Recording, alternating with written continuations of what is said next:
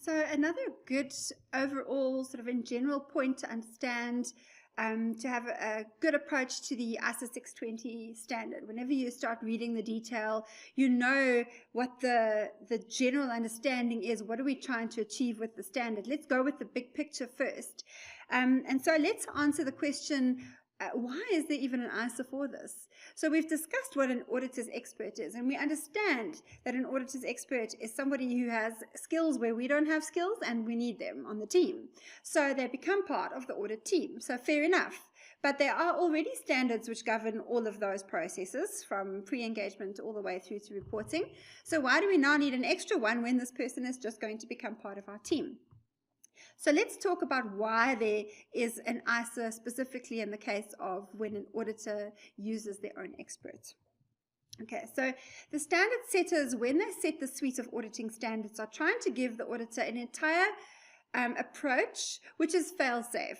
They understand that auditing is a risk-based approach, and everything is done on a test basis, and you have to make sure that you can justify on a professional and a reasonable basis what your assumptions were and how you responded to them as a professional auditor. And that's where the ISAs help you to make sure that you've at least followed the following process. And we know that if you've done that and incorporated all the things that are different about your client, or different about the industry, or different about the risk, or whatever, as long as you followed this process, then we know that you've covered everything that you need to cover, and as an auditor then you won't be found negligent. That's why there is a suite of standards to say all auditors shall do things in the same manner, or with the same approach, and therefore all audit reports should be at least comparable. You know that the same standards have been applied, and you can compare the different audit outcomes or different audit results or opinions of various different companies.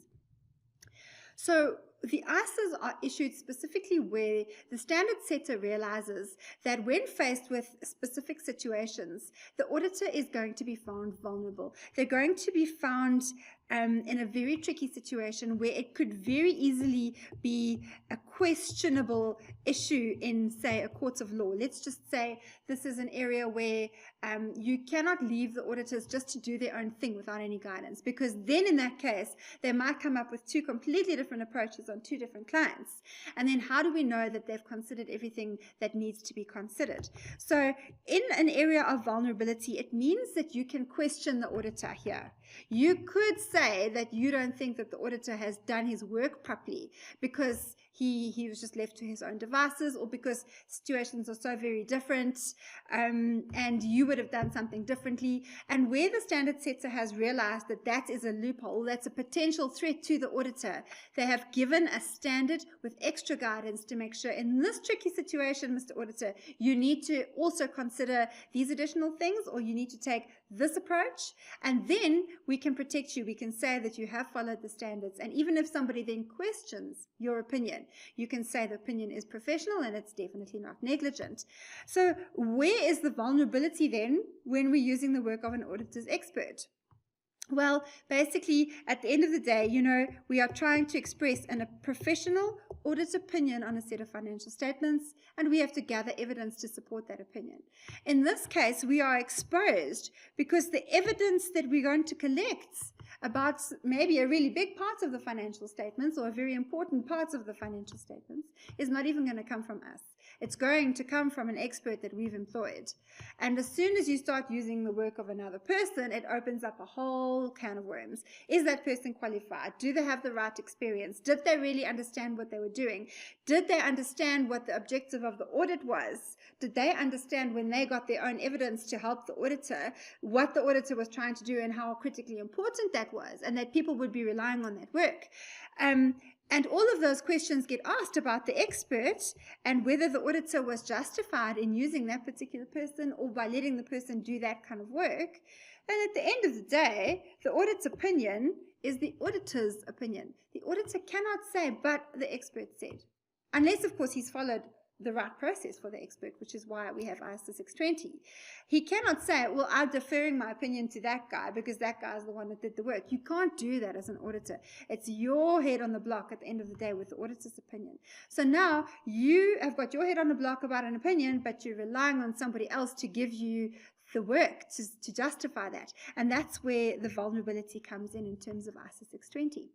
So the ISA is there to help the auditor identify his vulnerability and to be able to do procedures that are going to make sure that he reduces that, or he really minimizes it, so that it's done all with the same approach or the right approach, and it covers all of the aspects. So that's the second part of interest here, is that the ISA then goes on to provide protection to the auditor against those vulnerabilities and against being questioned about his opinion. So how does ISA 620 give that protection? Well, let's have a look at two things. Because we've got a different person on the team now, we need to look at the person firstly to say, the source of this information that's coming to me now that I'm going to use as audit evidence, can I trust that person? Can I trust the work that they're going to do? And how do I know that? Are they appropriately qualified? Do they have the right experience? Do they have the right resources in order to be able to do the work? There's a whole lot of questions there that we need to ask about this person to say, can we trust the person? That's number one. And ISA 620 gives you those steps. It says you need to look at the following documents, which we'll get to. A, B, C, D. You must look at the following things, and you must be happy with these things. And then you can say, right, expert, this is the right person. I'm willing to trust this person's work. And I can base that trust on actual things that I have measured. And then the standard moves on to protection level number 2, which is to say, right, now this evidence that I am now going to ask this trusted person to bring to me, can I be happy with the way or the how this evidence has been collected? How was it planned? How much of it was supposed to come? What type of it was supposed to come? Is it in the right format? The information that the expert is giving me, where did he get it from? Is it a good source? Is it reliable or not? Would I have used the information if I'm an auditor and I've got to check whether my evidence is okay to even use in the first place as evidence? All of those questions get answered in the second part of the protection audit given by ISA 620. So firstly, it protects us in terms of the actual source. What do we need to do to make sure that we're happy with the person or the company, firstly? And secondly, how do we then make sure that we are happy with the evidence coming to us? And when we say evidence coming to us, it's both the way in which it is collected and, of course, the actual evidence. So what does it say to us? Does it say that there's big problems in the financials, or does it say everything is absolutely fine? Is that kind of in line with what we were expecting in our risk assessment? Are we happy with the way the information was presented to us? Can we use it? So this is how ISA 620 gives us that comfort over the vulnerability and the protection over these two areas. So what's going to happen in the next few sets of videos then is we're going to take these, this nice overall concept. We understand what we're getting at. We understand we're getting at trusting the person and trusting the evidence. And we're going to take this now further to say, right, let's look at ISA 620 itself now in detail and see how it addresses those things for us when it comes to the point of using an auditor's expert.